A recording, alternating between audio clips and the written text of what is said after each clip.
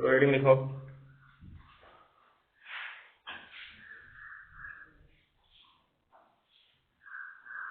Heading लिखो, स्पर्श रेखा, स्पर्श रेखा अभिलंब साजिश के बाद है। चलो ठीक है, स्पर्श रेखा हो गया। अब स्पर्श रेखा के बारे में क्या जानते हो? देखो, नाम से यह स्पष्ट है, जो किसी को स्पर्श करते हुए जाए वह स्पर्श रेखा है। ठीक है, तो अब एक बात ध्यान देने वाली है, जो स्पर्श रेखा हम निकालते हैं, क्या वो किसी सरल रेखा की निकालेंगे? जैसे मान लो ये एक रेखा जा रही है, कह दें इसकी स्पर्श रेखा बताओ कौन सी होगी? होगी क्या कोई? ये खुद ही इसकी स्पर्श रेखा होगी। क्यों जी? अगर क्योंकि इसको स्पर्श कराते हुए लेके जाओगे तो ऐसे जाएगा। फिर भी यह स्पर्श रेखा की शर्त को पूरा नहीं करेगी, क्योंकि स्पर्श रेखा की शर्त है एक बिंदु पर स्पर्श करना चाहिए वक्र को। ये तो हर जगह ही स्पर्श कर रही है, देख रहे हो? अगर एक बिंदु पर इसको स्पर्श करा के ले जाना चाहते हो तो ये ऐसे चली जाएगी, अर्थात काट देगी, स्पर्श न होके क्या हो जाएगी? प्रतिच्छेदी रेखा हो जाएगी। क्या हो जाएगी? प्रतिच्छेदी रेखा। स्पर्श रेखा की चर्चा हम लोग किसमें किए हैं? अनिक बताओ। स्पर्श रेखा की चर्चा भी हम लोग केवल वृत्त के परिप्रेक्ष्य में पढ़े हैं। किसमें पढ़े हैं? वृत्त। अर्थात एक वृत्त होता था, वृत्त के किसी एक बिंदु को स्पर्श करके जाती हुई रेखा क्या कहलाती थी? स्पर्श रेखा कहलाती थी। तो यहां पे तुम्हें अध्ययन इसी स्पर्श रेखा के बारे में करना है। स्पर्श रेखा माने तो ये भी एक क्या है? रेखा ही है, लाइन। तो इसमें लाइन के सारे रूल लगेंगे, मतलब रेखा के सारे नियम लगेंगे। रेखा की प्रवणता, रेखा का समीकरण, जब एक बिंदु पता हो, जब दोनों बिंदु पता हो। समझ गए? ये चीज को ध्यान में रखना। तो अब सोचो, यह स्पर्श रेखा है। अब हम यहाँ पे केवल वृत्त के ही परिप्रेक्ष्य में नहीं पढ़ेंगे, बहुत सारी आकृतियों के परिप्रेक्ष्य में पढ़ेंगे। ये भी आकृति है, इसकी भी स्पर्श रेखा हो सकती है, ये भी है, इसकी भी स्पर्श रेखा हो सकती है ना? ये भी है, इसकी भी स्पर्श रेखा हो सकती है कि नहीं हो सकती है? दीर्घवृत्त बना दें। दीर्घवृत्त मतलब जिस पथ पर पृथ्वी सूर्य के चारों ओर गति करती है, किस पथ पर गति करती है? दीर्घवृत्ताकार पथ पर गति करती है, उसकी भी स्पर्श रेखा होगी। तो हमें यहाँ पे इस प्रकार के वक्रों की स्पर्श रेखा का अध्ययन करना है। ये चीज को ध्यान में रखना है। तो अब होगा क्या? स्पर्श रेखा तो पहले किसे कहते हैं ये जानना होगा, कि किसी वक्र पर स्थित वह बिंदु, या किसी वक्र पर स्थित किसी बिंदु को स्पर्श करके जाती हुई रेखा क्या कहलाती है? उस वृत्त की या उस वक्र की स्पर्श रेखा कहलाती है। केवल वृत्त नहीं, यहाँ पे हम क्या बोलेंगे? वक्र बोलेंगे। वक्र में कुछ भी आ सकता है, वक्र में सब आता है, ये याद रखे रहना। अगर तुमने वक्र बोल दिया, ये लाइन खींची गई ना, ये भी एक वक्र ही है। वक्र में सब आता है, चाहे वृत्त हो, चाहे दीर्घवृत्त हो, चाहे परवल है, चाहे अतिपरवल है, चाहे कोई आकृति हो। अगर हमने वक्र बोल दिया तो सब आएगा। समझ गए? तो पहले तो हम लोग स्पर्श रेखा की परिभाषा पढ़ेंगे, फिर स्पर्श रेखा की प्रवणता पढ़ेंगे। अब चूंकि ये चैप्टर हमारा क्या है? चैप्टर का नाम क्या है? अवकलन के अनुप्रयोग, एप्लीकेशन ऑफ डेरिवेटिव्स, है ना? तो अब क्या है? अवकलन का अनुप्रयोग है। इसका मतलब यहाँ पर जो स्पर्श रेखा पढ़ी जाएगी, पिछले वाले सरल रेखा से कुछ अलग होगी। पहले हम लोग जो सरल रेखा में पढ़े हैं, थोड़ा सा इसको एक बार फटाक से देख लेते हैं। सरल रेखा में हम क्या जानते हैं? ध्यान से समझना, भी अपने आप पता पा जाओगे कि तुमको यहाँ पे करना क्या है। तुम जानते हो सरल रेखा की प्रवणता यम बराबर y2 minus y1 upon x2 minus x1। जानते हो या नहीं जानते? इस y2 माइनस y1 को क्या कहोगे तुम? Delta y। और x2 माइनस x1 को क्या कहोगे? डेल्टा x कहोगे ना? तो हमको क्या पढ़ रहे हैं यहाँ पे? हम लोग अवकलन पढ़ रहे हैं। तो limit delta x tending to 0 delta y upon ये डेल्टा एक्स। जैसे ही लिमिट लगा यम बराबर सूत्र क्या बन गया, दिख रहा है? तो यहां पे प्रवणता का ये सूत्र लग गया। अब सरल रेखा का सूत्र क्या पढ़े हो? सरल रेखा का सूत्र क्या पढ़े हो? क्योंकि स्पर्श रेखा भी तो एक सरल रेखा ही है, तो सरल रेखा का सूत्र क्या पढ़े हो तुम? y माइनस y1 बराबर यम ब्रैकेट में x माइनस, तो कुछ समझ में आया? y माइनस y1 बराबर यम की जगह क्या, dy dx, और ब्रैकेट में x माइनस क्या, x1। एक एक्स्ट्रा चीज जुड़ जाती है क्योंकि तुम किस बिंदु पर हो, x1 y1 पर हो ना, इसलिए क्योंकि dy dx जब आएगा तो उसमें x और y आएंगे ना, आएंगे कि नहीं आएंगे? तो उस x और y की जगह हमें क्या रखना होगा, x1 और y1 रख देना होगा। बस सारी चीजें यहाँ पे हो गई, हो गया ना? बस यही दो चीज पढ़ना। तीसरी चीज जैसे वहां पे प्रतिच्छेद कोण पढ़े थे, क्या पढ़े थे जी, क्या पढ़े थे प्रतिच्छेद कोण हम लोग?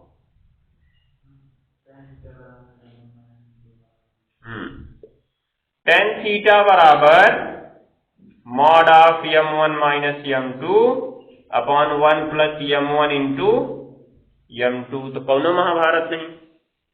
अगर दो वक्रों का प्रतिच्छेद कोण बोला तो उनके दोनों स्पर्श रेखाओं की प्रवणता m1 और m2 इस सूत्र से निकाल देंगे, हम निकाल देंगे, इस सूत्र में मान रख देंगे, लग गया। तो बस कुछ करना है इसमें, कुछ नहीं करना है। जैसे वहां पे दिया था, सिद्ध करिए कि दोनों रेखाएं एक दूसरे को लंबवत काटती है, माने थीटा की वैल्यू हमको कितना प्रूफ करना था, 90 डिग्री। वैसे यहाँ पे पूछेगा सिद्ध करिए कि दोनों वक्र एक दूसरे को लंबवत काटते हैं, या दोनों वक्र एक दूसरे को 45 अंश पर काटते हैं। तो m1 का मान दिया है, m2 का मान ज्ञात करो, हो जाएगा। तो सारी चीजें उसी रूल पे लगने वाली हैं, अलग कुछ नहीं होगा। बस अंतर क्या है, वहां पे हम जो प्रवणता निकालते थे y2 माइनस y1 अपन x2 माइनस x1 करके निकालते थे, क्योंकि दो बिंदु होता था। दो बिंदु नहीं हुआ, अगर एक बिंदु है तो कोण दिया होता था, कोण दिया होता था, तो उस कोण को हम यम बराबर tan थीटा प्रयोग कर लेते थे। है तो वही यहाँ पे tan थीटा यहाँ भी है। अभी जब कोण की चर्चा होगी ना तो tan थीटा का प्रयोग यहाँ भी होगा, याद रखे रहना, समझ गए? ये याद रखे रहो। उसके बाद ये क्या हुआ, हमने बस उसको dy dx में बदला। क्यों बदला? क्योंकि y2 माइनस y1 को हम कहते हैं delta y, x2 minus x1 को कहते हैं डेल्टा x। अब क्योंकि यहाँ पे परिवर्तन की दर अत्यल्प होती है, इसलिए delta x is tending to 0, अर्थात 0 की ओर अग्रसर होता है। और जैसे ही ये 0 की ओर अग्रसर होता है, क्या हो जाता है, ये डेल्टा से किस में बदल जाता है, d में बदल जाता है। और हम दिए गए फलन का अवकलन कर लेते हैं। जैसे मान लो फलन हमारा दिया गया y² बराबर 5x प्लस 2 की प्रवणता बताइए, y² बराबर 5x प्लस 2 की प्रवणता बताइए। तो इसका अवकलन हो जाएगा 2y dy dx और बराबर 5 गुणे इसका 1 और प्लस इसका 0, उसको नीचे भेज दोगे तो dy dx बराबर 5 बट्टे कितना जी, 2y। यही इस वक्र की प्रवणता है, हो गया ना? और अगर कोई बिंदु दे दिया, जैसे कह दिया 2,3 पर बताइए, 2,3 पर ये x है और ये क्या है, y है। तो x की जगह है नहीं इसमें, y की जगह तुम रख दोगे कितना, 3। तो dy dx बराबर 5 बट्टे 2 गुणे 3 बराबर 5 बट्टे कितना, 6। ये प्रवणता यम हो जाएगा ना? कुछ अलग है क्या? उससे तो आसान है, दिख रहा है? क्योंकि अवकलन तो हम लोग 2 चैप्टर में पढ़ चुके, समझ गए? क्योंकि कक्षा 11 में भी अवकलन पढ़े, यहाँ भी अवकलन पढ़े, 2 जगह पढ़ चुके हैं। अवकलन करना है, जो बिंदु दिया है उसको x और y जगह पे रख देना है, हो जाएगा। बाकी का काम हो गया तुम्हारा, लग जाएगा सवाल। तो अब शुरू करते हैं। पहले स्पर्श रेखा जानते हैं हम लोग। तो स्पर्श रेखा क्या है, लिखो।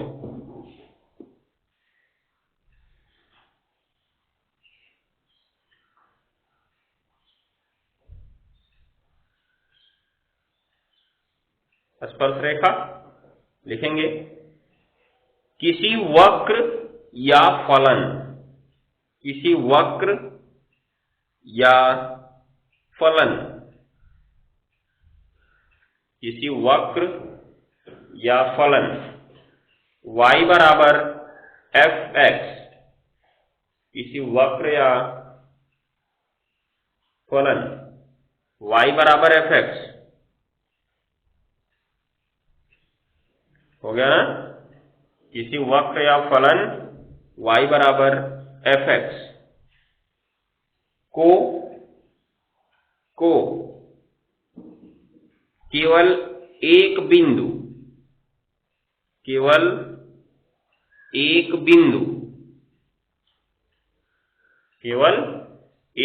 कोष्ठक में लिख देना x1, y1, मतलब जो बिंदु पर स्पर्श करेगा उसको हम क्या मानेंगे, x1, y1। तो क्या लिखे जी, y बराबर fx को, हो गया ना, केवल एक बिंदु x1, y1 पर हो गया प्रतिच्छेद करने वाली रेखा, एक बिंदु x1, y1 पर प्रतिच्छेद करने वाली रेखा हो गया, क्या कहलाती है, उस वक्र की स्पर्श रेखा कहलाती है, उस वक्र की स्पर्श रेखा कहलाती है। हो गया ना।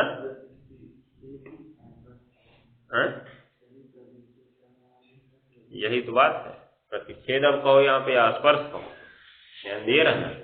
जब तुम वृत्त के बारे में स्पर्श रेखा की चर्चा किए होगे तो अगर हम पढ़ाए होंगे तो ध्यान से बताए होंगे, बाकी जगह के नहीं जानते हैं हम, लेकिन स्पर्श रेखा की परिभाषा पढ़ते समय एक बार ध्यान से देखना हम लोग क्या बोलते हैं। ये जो वृत्त को दो बिंदुओं पर प्रतिच्छेद कर रहा है, यह कहलाती है छेदक रेखा। क्या कहलाती है, छेदक रेखा। जब इस पॉइंट को हम इधर करते हैं, मान लो यहां हमने किया तो एक ऐसे मिलेगा ना, यहां किए तो फिर ऐसे मिलेगा, नहीं मिलेगा। ऐसे करते करते करते करते करते करते यदि दोनों प्रतिच्छेद बिंदुओं को संपाती कर दें, दोनों प्रतिच्छेद बिंदुओं को संपाती कर दें तो जाने वाली रेखा बस ऐसे ही निकल जाएगी ना। क्या कहीं दूसरे स्थान पे उसको टच करेगी, नहीं करेगी। तो है वास्तव में वो प्रतिच्छेद बिंदु ही संपाती हो गए हैं, इन्हीं को हम स्पर्श बिंदु भी कहते हैं, प्रतिच्छेद बिंदु भी कहते हैं। अब एक स्थान पर प्रतिच्छेद करने का मतलब स्पर्श करती हुई ही जाएगी, काटेगी नहीं कभी उसको, याद रखे रहना। क्योंकि अगर काट दी तो दो जगह पे काटेगी और तब स्पर्श रेखा नहीं हो जाएगी, क्या हो जाएगी, तब प्रतिच्छेदी रेखा हो जाएगी, या कहें तो छेदक रेखा हो जाएगी। तो आगे बढ़ते हैं, लिखो इसमें, कहां तक लिखे, प्रतिच्छेद करने वाली रेखा को स्पर्श रेखा कहते हो गया ना। क्या लिखे, हाँ ठीक है, उस वक्र की स्पर्श रेखा कहते हैं। आगे लिखो, तथा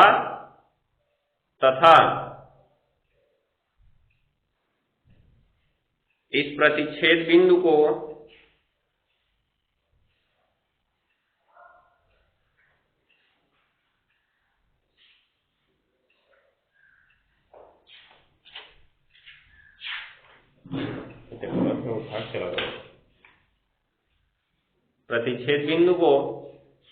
स्पर्श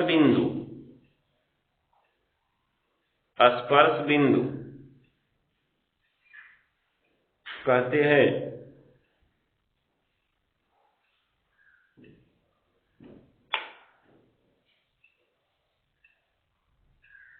प्रतिच्छेद बिंदु को स्पर्श बिंदु कहते हैं। हो गया ना, बस आगे बढ़ते हैं। अब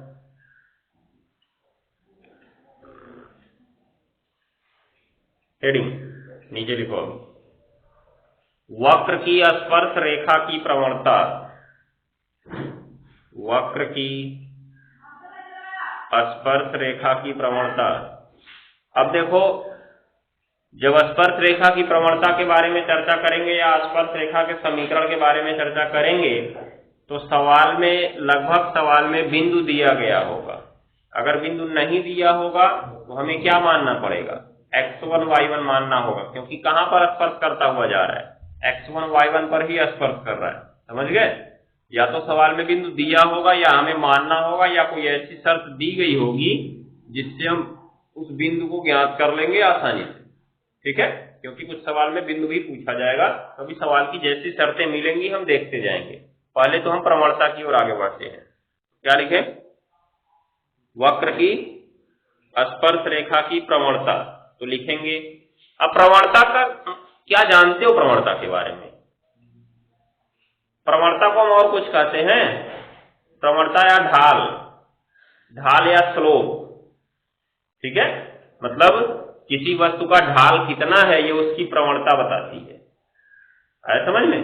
जैसे देखो,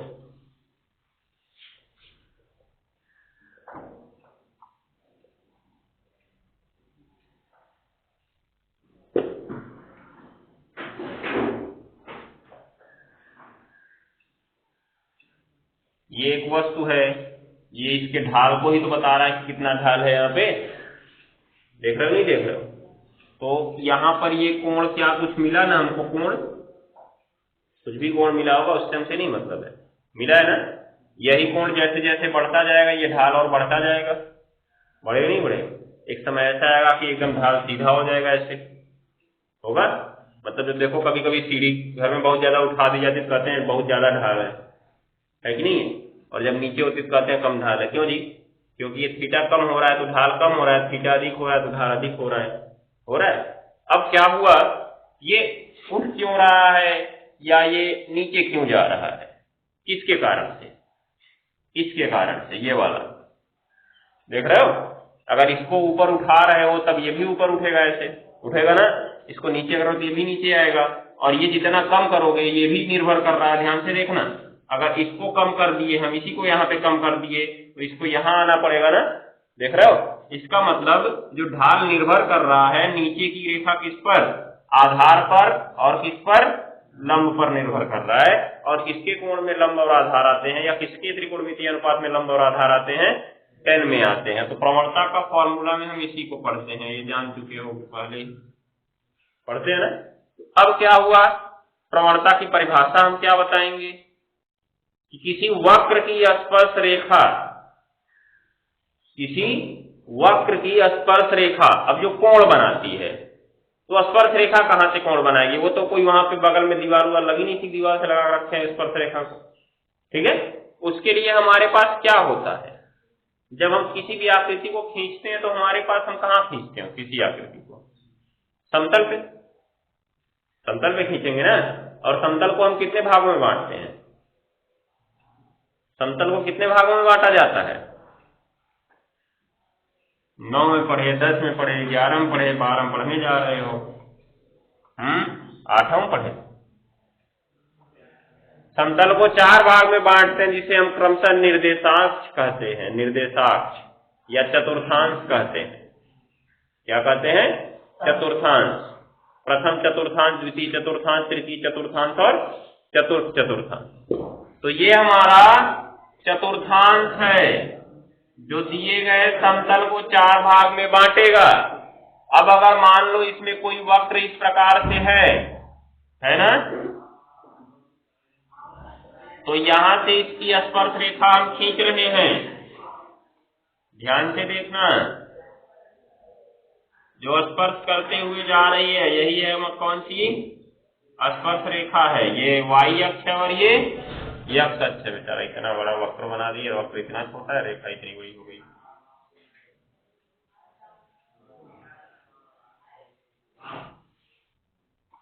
यही हमारा स्पर्श बिंदु है P, इसे मान सकते हैं x1, y1। अब देखो ये स्पर्श रेखा आई तो यहाँ पे एक कोण बना रही है ना,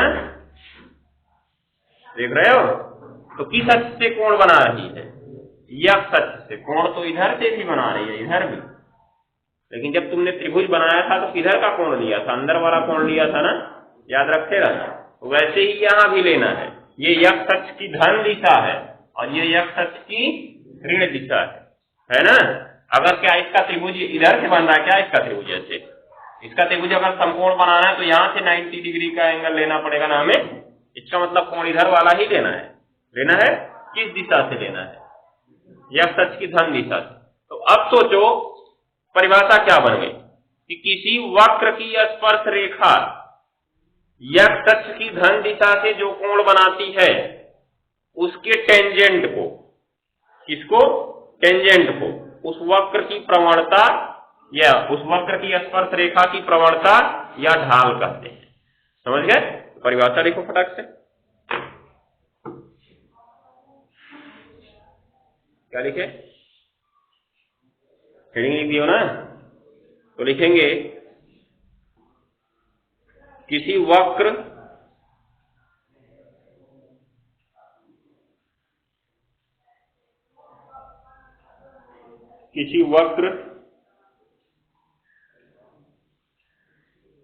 की स्पर्श रेखा, किसी वक्र की स्पर्श रेखा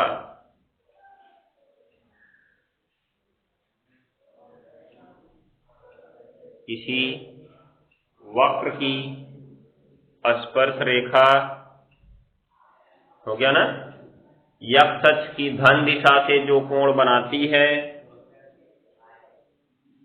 x अक्ष की धन दिशा से जो कोण, कोष्ठक में लिख देना थीटा, जो कोण थीटा बनाती है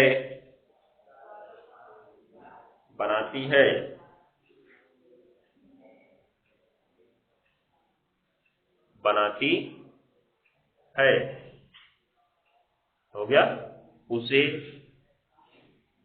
एक मिनट, उसके जो कोण बनाती है उसके टेंजेंट,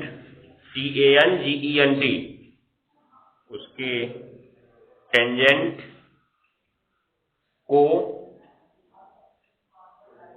उसके टेंजेंट को हो गया स्पर्श रेखा की प्रवणता कोष्ठक में यम कहते हैं,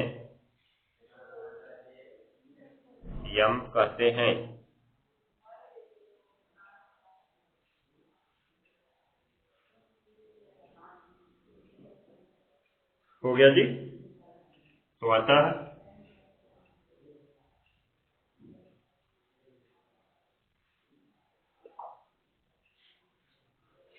प्रवणता यम बराबर tan थीटा। चाहो तो बना लो, नहीं पुराने तो कोई मतलब है नहीं। बना लो, जरूरी तो नहीं है, कोई मतलब नहीं है इसका, क्योंकि हमको बस यही थीटा जानना था तो जान चुके हैं।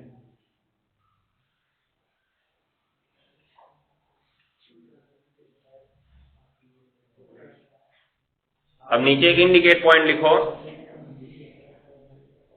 यदि किसी वक्र, यदि किसी वक्र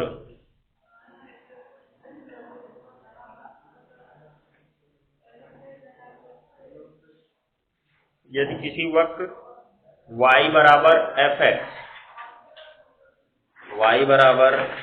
fx की स्पर्श रेखा की प्रवणता ज्ञात करनी हो, स्पर्श रेखा की प्रवणता ज्ञात करनी हो, तो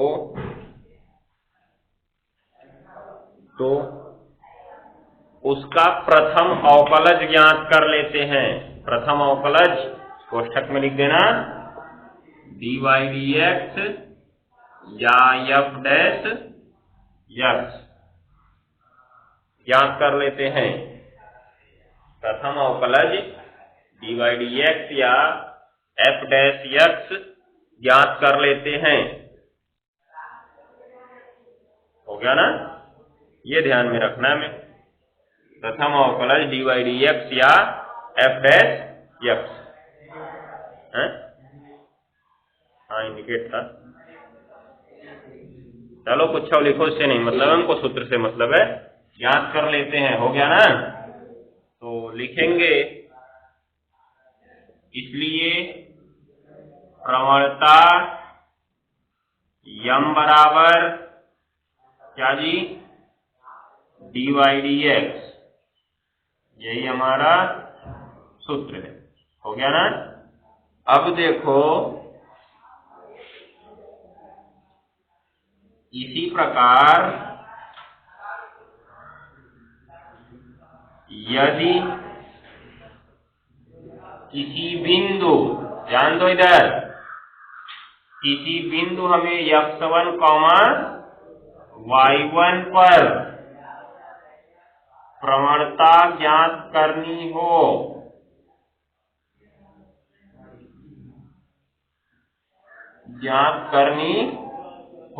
तो हो गया ना? लिख लो, बोल देते हैं, कौन इतना लिखेगा। लिखो इसी प्रकार, ये पहले इसको लिख लेना, सूत्र लिखो, m बराबर dy dx।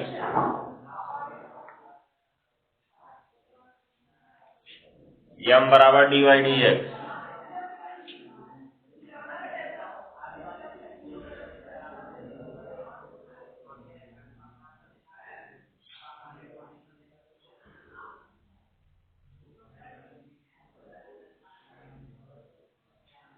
हो गया जी? तो एक इंडिकेट पॉइंट फिर नीचे लिख लो। इसी प्रकार यदि किसी बिंदु x1, y1 पर, मतलब बिंदु दे दिया जाए x1, y1, ये वैल्यू दी जाएगी तुम्हें, याद रखें, जैसे 3, 4, 4, 5, 6, जो दिया जाएगा, ठीक है? तो उसको रखना होगा हमको यहाँ पे। लिखो, इसके नीचे अर्थ इसका बता रहे हैं कैसे होगा। इसी प्रकार यदि किसी बिंदु x1, y1 पर प्रवणता ज्ञात करनी हो, ऐसे लिखना, x1, y1 पर स्पर्श रेखा की प्रवणता ज्ञात करनी हो तो,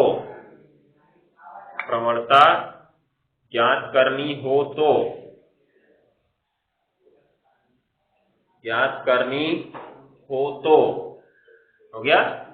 m बराबर, इसको लिख लो, m बराबर dy dx, और इसके नीचे बगल में कोष्ठक में x1, y1, m बराबर dy dx, कोष्ठक में नीचे x1, y1। हो गया ना? ये चीज को तुमको ध्यान में रखना है। नीचे लिखो, इसका अर्थ है कि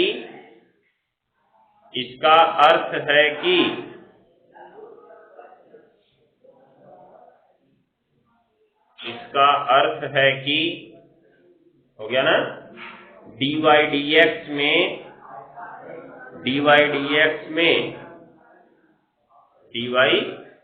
dx में x तथा y के स्थान पर,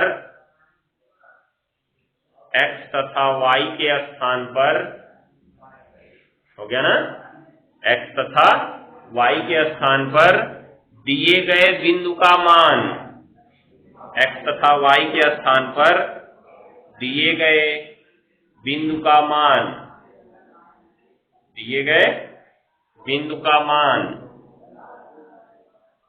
हो गया? x1 तथा y1 रख देते हैं, x तथा y के स्थान पर दिए गए बिंदु का मान x1 तथा y1 रख देते हैं। ये चीज को याद रखना है हमको। हो गया? समझ गए? बस, तो इसको इतना कर लेना है। अब एक चीज ध्यान दो, इंडिकेट पॉइंट एक और लिख लेते हैं। इंडिकेट पॉइंट, क्योंकि हमने पढ़ा m बराबर tan थीटा, पढ़ा ना अभी, और m बराबर पढ़ा हमने dy dx दिए गए बिंदु किस पर, x1, y1 पर। इसलिए m की जगह क्या रख सकते हो, tan थीटा बराबर dy dx, और क्या, x1, y1। ये एक नया सूत्र बना। इसके आधार पर कुछ चीजें हम डिफाइन कर सकते हैं। जैसे अगर कहा जाए कि यदि जो स्पर्श रेखा है x अक्ष के लंबवत हो, जब x अक्ष के लंबवत होगी तो क्या होगा, x अक्ष के लंबवत होने पर थीटा की वैल्यू कितनी होगी, 90 डिग्री होगी। थीटा की वैल्यू 90 डिग्री होगी, और tan 90 अंश का मान इनफाइनाइट, पलट दो तो इनफाइनाइट हो जाएगा 0, होगा ना? इसका मतलब इसको उल्टा करना पड़ेगा। तो dx dy बराबर अगर 0 है तो स्पर्श रेखा क्या होगी, लंबवत होगी, अर्थात x अक्ष के क्या होगी, लंबवत होगी। समझ गए? तो इसको उतारो, फिर नीचे लिखते हैं कुछ।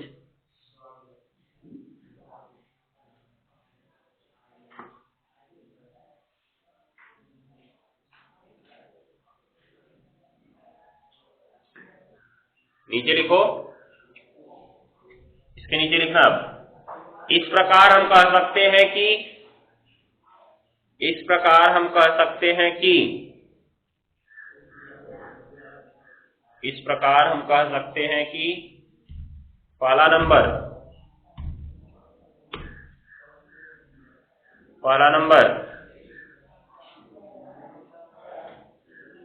काली पेन से लिखना। यदि, इंपॉर्टेंट है, यदि स्पर्श रेखा, यदि स्पर्श रेखा, हो गया, x अक्ष पर लंबवत है, x अक्ष पर लंबवत है, x अक्ष पर लंबवत है। अब देखो तो जब कोई रेखा x अक्ष के लंबवत होगी तो ये कुछ की शर्त और बन जाएगी। जैसे ये हमारा x अक्ष है और ये क्या है, y अक्ष है। मान लो स्पर्श रेखा ऐसे जा रही है, ये x अक्ष पर क्या है, लंबवत, और ये y अक्ष भी क्या है, x अक्ष पर लंबवत। जब दो रेखाएं किसी तीसरी रेखा से समान कोण बनाती हैं तो दोनों रेखाएं आपस में क्या होती हैं, समांतर होती है ना। या ऐसे कह दें, जब दो रेखाएं किसी तीसरी रेखा पर लंबवत होती हैं तो दोनों आपस में क्या होती हैं, समांतर होती हैं। इसका मतलब ये जो स्पर्श रेखा है अगर x अक्ष पर लंबवत है तो यहीं से इसकी एक शर्त और निकल जाएगी कि ये y अक्ष के क्या होगी, समांतर होगी। क्या होगी जी, समांतर। हो गया ना। क्या लिखे, बात मत करो, क्या लिखे जी, x अक्ष पर लंबवत है अर्थात y अक्ष के समांतर है, y अक्ष के समांतर है, y अक्ष के समांतर है। तो थीटा बराबर 90 अंश, तो थीटा बराबर 90 अंश। इसलिए यहां पे ध्यान दो इधर, इसलिए tan थीटा बराबर dy/dx x1 y1 से। अब देखो छाप लेते हैं तब तुम छापना। tan 90 अंश बराबर जी dy/dx किस बिंदु पर, x1 y1 पर। tan 90 अंश का मान इनफाइनाइट बट्टे 1 कर सकते हो। इधर बचा क्या, dy/dx। इसको पलट दो, भिन्न पलटने पर क्या हो जाएगा, 1 बट्टे इनफाइनाइट, और ये dx बट्टे dy। 1 बट्टे इनफाइनाइट की वैल्यू 0 हो गई, इसलिए dx dy किस बिंदु पर, x1 y1 पर बराबर क्या हो जाएगा, 0। कब जी, जब ये स्पर्श रेखा x अक्ष पर लंबवत हो चाहे y अक्ष के समांतर हो, तब हमें क्या करना है, dx dy बराबर 0 लेना है। अगर सिद्ध करने के लिए बोलेगा तो 0 ले आना है। ठीक है, तो छाप लो इसको फटाफट, जल्दी करो।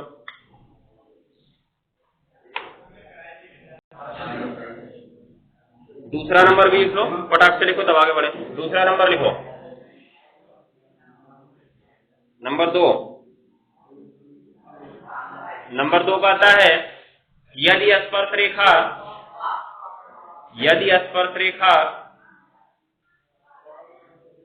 y अक्ष पर लंबवत हो, y अक्ष पर लंबवत हो, y अक्ष पर लंबवत हो, y अक्ष पर लंबवत हो अर्थात x अक्ष के समांतर हो, अर्थात x अक्ष के समांतर हो, तो थीटा बराबर 0 अंश, तो थीटा बराबर 0 अंश। थीटा बराबर 0 अंश,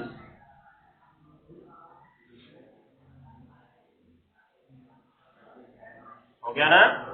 अब देखो टेन थीटा की जगह कितना हो जाएगा, टेन जीरो अंश का मान क्या होता है 0, तो dy dx किस बिंदु पर x1, y1 पर बराबर क्या हो जाएगा 0, हो गया ना। कहने का मतलब अगर y अक्ष के समांतर है तो dx dy शून्य होगा, x अक्ष के समांतर है तो dy dx शून्य होगा। इसको याद कर लो। अगर सिद्ध करने को बोला कि सिद्ध करो कि स्पर्श रेखा x अक्ष के समांतर है, तब dy dx निकाल के 0 लाना है। लेकिन अगर कह दिया कि स्पर्श रेखा x अक्ष के समांतर है तो इसका मान बताओ, तो मान बताने को पूछ दिया, तब क्या करोगे, इसके बराबर 0 लेके चलोगे और दिए गए अचर पद का मान निकालोगे, अचर पद का मान निकालोगे, हो जाएगा। तो इसको नोट कर लो, बाकी चीजें होंगी कल। अब कल इसमें तुमको स्पर्श रेखा का समीकरण बताएंगे, प्रतिच्छेद कोण बताएंगे, बाकी इसमें सवाल लगा सकते हो, शुरुआती कुछ सवाल लग जाएंगे तुम्हारा। ध्यान देना, सवाल नंबर 2, सवाल नंबर 3 नहीं लगेगा, 1 और 2 लगा के आ सकते हो तुम लोग, 1 और 2, क्योंकि एक में तुमको प्रवणता निकालना है और दूसरे में कोण थीटा निकालना है। टेन थीटा वाले सूत्र का प्रयोग करना कोण निकालने के लिए, जो भी टेन थीटा बराबर ये वाला लगवाए इसका प्रयोग करना होगा, और प्रवणता निकालना तो यम बराबर dy dx वाले का प्रयोग करना, हो जाएगा। दोनों सवाल लगा के ले आना है।